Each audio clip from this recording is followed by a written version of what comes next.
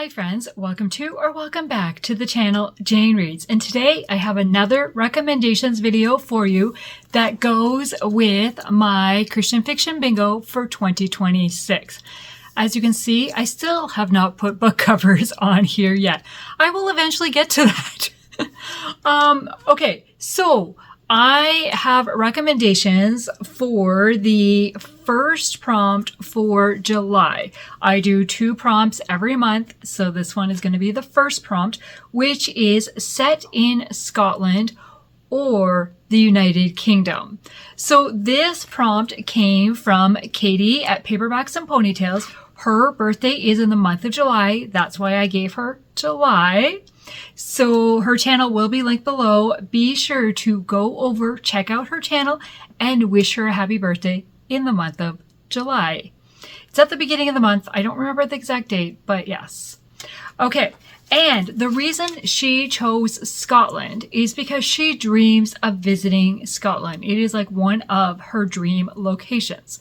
And I added the set in the United Kingdom in case you can't find a book set in Scotland, because that was very specific.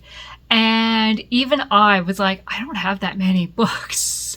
So I have 2 books I have read that I'm going to recommend to you. Then I have 3 that are possibilities for me to read for the Scotland setting. Then I have 8 books that are set in the United Kingdom. So the United Kingdom consists of England, Wales, Scotland, Northern Ireland. Okay, so let's dive right in to the Scotland books. So I have my list because I do not own all these books. But the 2 I'm going to recommend to you for Scotland, I do own. The first one is As Dawn Breaks by Kate Breslin. This is historical fiction set World War I? Yes, 1918. And we are following Rosalind, who is desperate to escape the arranged marriage that is being forced on her by her guardian. So she goes to Gretna Green, Scotland, and starts working. Is it Gretna Green? Oh, it's just called Gretna. So it was Gretna Green when I visited it, but on the book it's just Gretna. So she goes to Scotland, starts working at an ammunition factory, and something happens at the factory, and people start blaming her for it.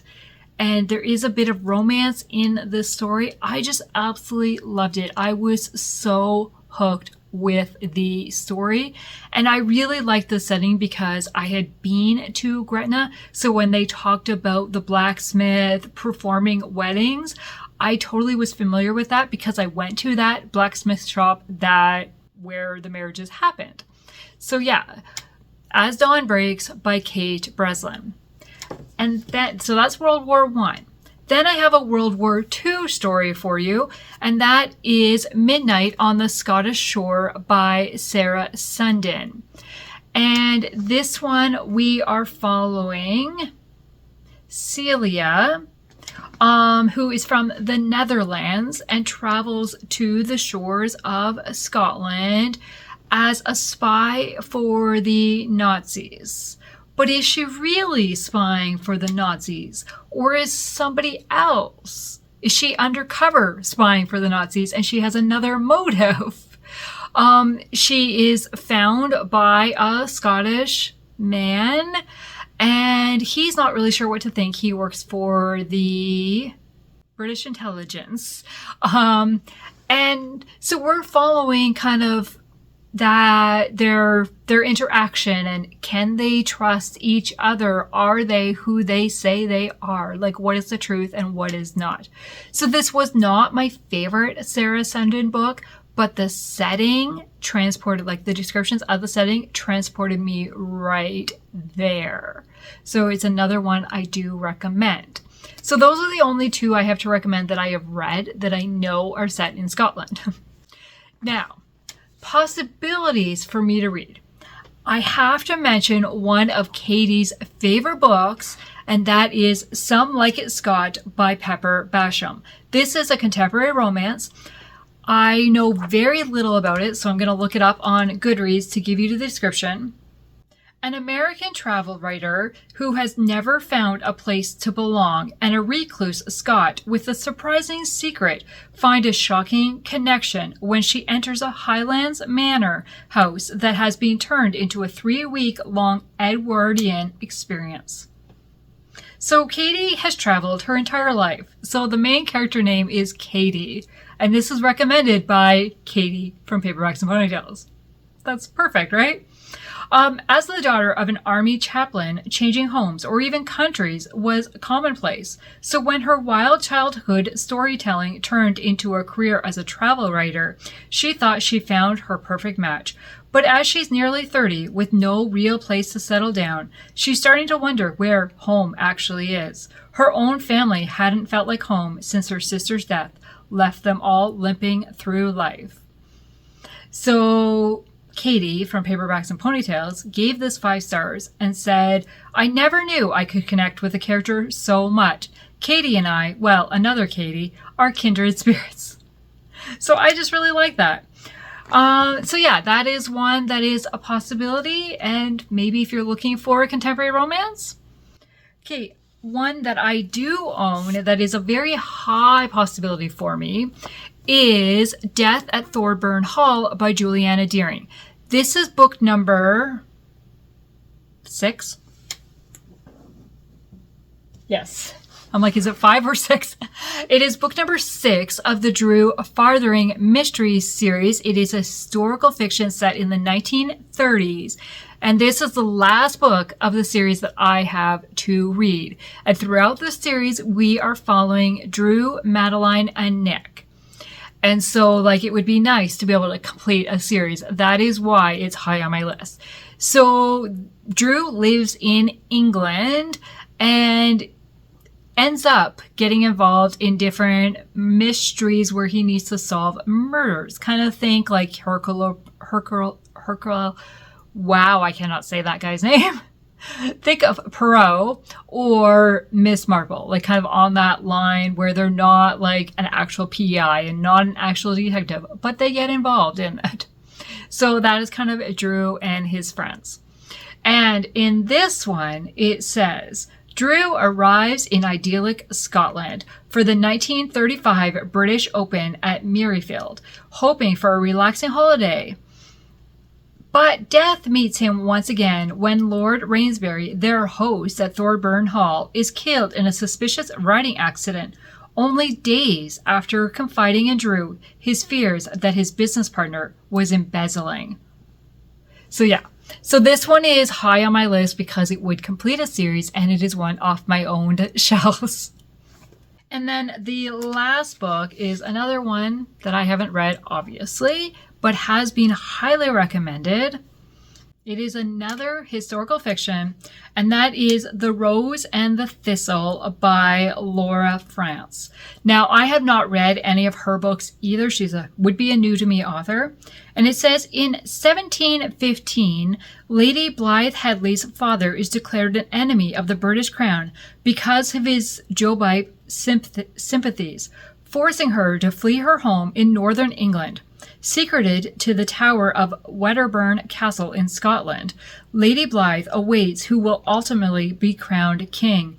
But in a house with 7 sons and numerous servants, her presence soon becomes known. What happens?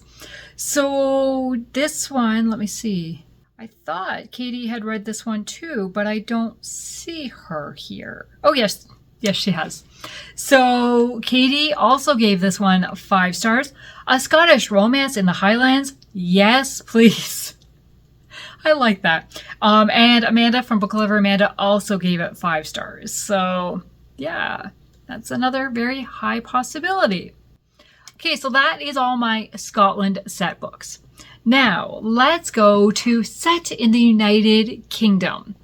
And the very first book I thought of is like one of my very favorite books. And it is not only set in the United Kingdom, it does travel to Canada throughout the book, which just makes it also perfect for July, because July we celebrate Canada Day at the very beginning of the month. So this would be perfect. Combine the two.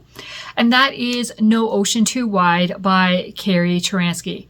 This is historical fiction set in early 1909, starts out in London. And we are following the oldest sister, Laura, who has gone away to work. The siblings have lost their father, and the three younger siblings are at home with their mother. Their mother gets sick. The three siblings get taken to a home while their mom is in the hospital. And then Laura gets called and comes back to get the siblings and take care of them. And when she arrives at the home, she finds out that the kids have been shipped to Canada. And so then she sets off to Canada to try to find the kids. And then we are following the kids' experiences in Canada. So we get their perspectives as well as Laura's perspective as she's traveling there. So it starts in England and then comes to Canada throughout the book. I absolutely loved this book. I have read it twice. Have I only read it twice? Yes, I have only read it twice. And I just absolutely loved it so much. I was so hooked. And I learned about a time in history that I had absolutely no idea about. I highly recommend it. And this one does end on a cliffhanger because you do not get the full story of what happens to the family. It wraps up part of it, but then you're wondering about couple of the other kids, like what? And so then the companion is No Journey Too Far. So this one starts in Canada and then travels to England. So you kind of get the full journey, right? Start in England, come to Canada, leave Canada, come to England. So yeah, I highly recommend this series for sure. Okay, so now, another Carrie Turansky book that I absolutely loved is Across the Blue. This one is, again, early 1900s, the start of airplanes. And it says, before 1909, flying across the English Channel seemed an impossible feat, but a brave young aviator, no, that's still not right.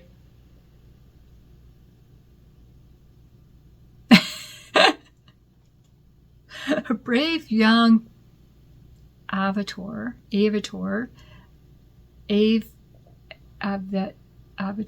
Wow. Why do some words just get stuck? A very young pilot who wants to fly is willing to try, defying her parents' expectations for a good match. Also impossible, but Isabel is willing to try. So Isabel wants to be a journalist at her father's paper, but her parents don't feel like women should be journalists. Then we are following James. Oh, it is James. Wow. Who is the young pilot who is trying to fly. There's a race to see who is the first one to cross the English Channel. And so we follow James mainly, but we do see who the other person that he's kind of competing against. And then Isabel is trying to write the story about this. And I just absolutely fell in love with these characters. And again, it's a moment of history that I learned more about than I knew at the time. I highly recommend this book. It was a 5-star read. Okay, so I'm working on editing the video I just filmed, and I just want to prove I can say it. Aviator. I just couldn't when I was reading the description there. So this young aviator is trying to fly over the English Channel. And sticking with historical, because majority of my recommendations are historical, which I don't know why, but they are. Okay, and that is If I Were You by Lynn Austin. So this is a dual timeline story, starts in 1940 and 1950. So very close to each other. And we are following two best friends, and we see them spend a lot of time together, grow up together, and then make decisions that kind of really separates them. And then what happens? Like, do they reconcile, and where does it go? This one starts in England, but then does end up in the United States at a point throughout the story. I think it's Michigan. I'm pretty sure it's Michigan. But yeah, so like, it was very interesting. It was a different World War II story than a lot of them that I've read, because it really focuses on more of the friendship and the interaction of the friends and how they deal with certain situations rather than really war focused, if I remember correctly. Yeah. So I really recommend this book as well. And then I got two Sarah Sundin books. And the first one is a standalone. It is Embers in the London Sky, another World War II story. This one we are following Alida, not really sure, who is from the Netherlands. And because of the war going on, she and her husband and son travel to get out of the Netherlands. Along the way, she gets separated from her son. She arrives in London, because that's where she believes he is, trying to find her young son. And we are right with her through everything, trying to convince people that it's her son, and she's trying to find him. And how does she reconnect?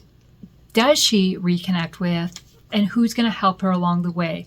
I was so invested in this story. I absolutely loved it again. And then we have the start of a series, and that is The Sea Before Us by Sarah Sundin. It is book 1 of the Sunrise at Normandy series. And in this one, we are following throughout the series, we are following 3 brothers who have a falling out at the very beginning of this book. And then we follow one of the brothers, primarily in this one. We see a little bit about the other 2, but really one in this one, and him meeting, what is her name? Dorothy, who is Wren in the Women's Royal Navy Service, who pieces together photographs to build snapshots of France, but they are stationed in England. And so we're following that side of the war and leading up to D-Day and stuff. And then we've got the family stuff going on, and Dorothy trying to help the brother kind of reconcile and deal with all the emotions of everything that's happened in the past. I really enjoyed this story. I loved getting to know the family, and I loved that this was a series, because then I could spend more time with the rest of the family and see these 2 characters again. Another recommendation. I mean, they're all recommendations at this point. Okay. Then one I don't own is The British Booksellers by Kristy Cambron. This is another dual timeline story. I need to look it up to get the years correct. It doesn't tell me in the review, like in the summary. But it says, inspired by real accounts of the forgotten Blitz bombings, The British Booksellers highlights the courage of those whose lives were forever changed by war, and the stories that bind us in the fight of what matters most. So we've got a tenant's farmer's son had no business daring to dream of a future with an earl's daughter, but that couldn't keep him from his secret friendship with Charlotte, until the reality of the Great War sobered youthful dreams. Now, decades later, so we've got the Great War, and then decades later, he bears the brutal scars of battles fought in the trenches and their futures that were stolen away. His return home doesn't come with tender reunions, but with the hollow fulfillment of opening a bookshop on his own and retreating as a recluse within its walls. So we've got these 2 people that kind of dreamed of a future together, but they're from 2 different kind of worlds. And then they get separated because of the Great War. Decades later, they each run a bookstore kind of across from each other, kind of kitty corner across from each other, competing bookstores. And they both have family that are helping them. And because of stuff that happened in the past, they don't really talk. And can they bridge the gap? How does the gap get bridged? And does it? Like, I was so invested in this story. And then there's somebody else that comes into the picture. And what is their role? And can we find peace between these two, or will they forever be separated? I really enjoyed the story. Okay, now let's move on to contemporary, because that was a lot of historical. And what if you don't read historical? I do have 2 contemporary recommendations for you. The first one is The Secrets of Paper and Ink by Lindsay Harrel. This is also set at a bookstore. It does have a bit of historical in it, but it's mainly contemporary. So we are following Sophia, who is from America, and something has happened in America, and she's going through a really difficult time. So she kind of takes a leave of absence and travels to England and ends up getting an apartment above a bookstore in Cornwall. And as part of the agreement, she has to work in the bookstore. She gets to know Ginny. Oh, wow. Sometimes names just stick and other times they do not. She gets to know Ginny, who runs the bookstore and who is dealing with a separation from her husband. And during their time working at the bookstore, the 2 ladies, they find a journal from the past. And so they're reading the journal and kind of digging into, like, where did this come from? What about it? And then Sophie is also trying to help Ginny with her relationship with her husband. And then there is another guy that plays a role as well. I, again, really enjoyed it. And I loved reading the journal aspects from the journal they found and kind of learning the story along with following Sophia and Ginny to see what's happening. So there is romance that happens in this book, but it is not a huge role in this book. So yeah, contemporary. And the last contemporary book that I have to recommend is a mystery. And I very recently read this one, and that is Captured in Frame by Laura Thomas. It is book 1 of the Bite of Betrayal series, and we are following Georgia, who is a Canadian who has gone off to England. She has inherited her grandparents' cottage there. She does also have a sister that lives in England in that town, and she inherited this cottage, and she's gone through a really bad breakup with her husband. And so she is in the cottage. The very first night she is in the cottage, something happens that really freaks her out. And it appears somebody wants something that she has. She has no idea what this something could be. Why is somebody after her? Or is it all kind of in her head? Is somebody playing with her head? And does this link to her ex-husband or not? Like, there's so many questions. I was so invested in this mystery and it kept me guessing. And Georgia is a photographer. And then there is a male character that plays a role who is a doctor.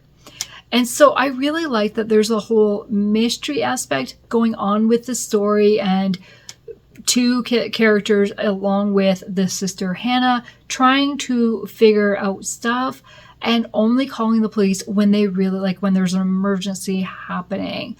But I liked that it was really not police that were trying to figure out the mystery. Because she wasn't in physical danger at the moment in time, and there were so many questions.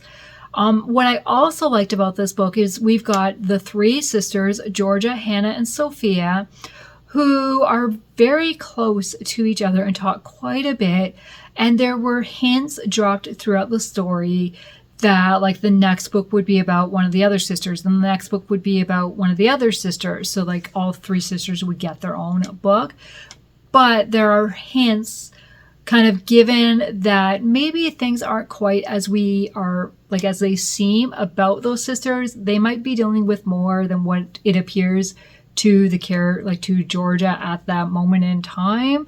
And so it was like, while the Georgia story wrapped up, I really like that we will most likely get more of her in the next book because it focuses on her sister who she's close with in this, right? So I don't know. I'm really intrigued to read the next one in this one, which I understand will also be set in England. So maybe I'll read that in July. We'll see. So those are my set in Scotland and set in the United Kingdom recommendations for you, and the few that I might be adding to my July TBR. If you have a book that is set in Scotland that is a favorite book, or that you are thinking of reading in July, or even the UK, please leave it in the comments below, because I need to add more Scotland books to my list, apparently, because I do not have enough that I have read or want to read. Thank you for taking the time to watch this video today, and if you have nothing to say, please leave a Scotland flag in the comments. I would assume there is one, an emoji. Maybe there isn't. Maybe just a United Kingdom flag. Something that represents one of those two countries. I know United Kingdom is multiple countries, but yeah. Okay, thank you. Have a good day. Bye.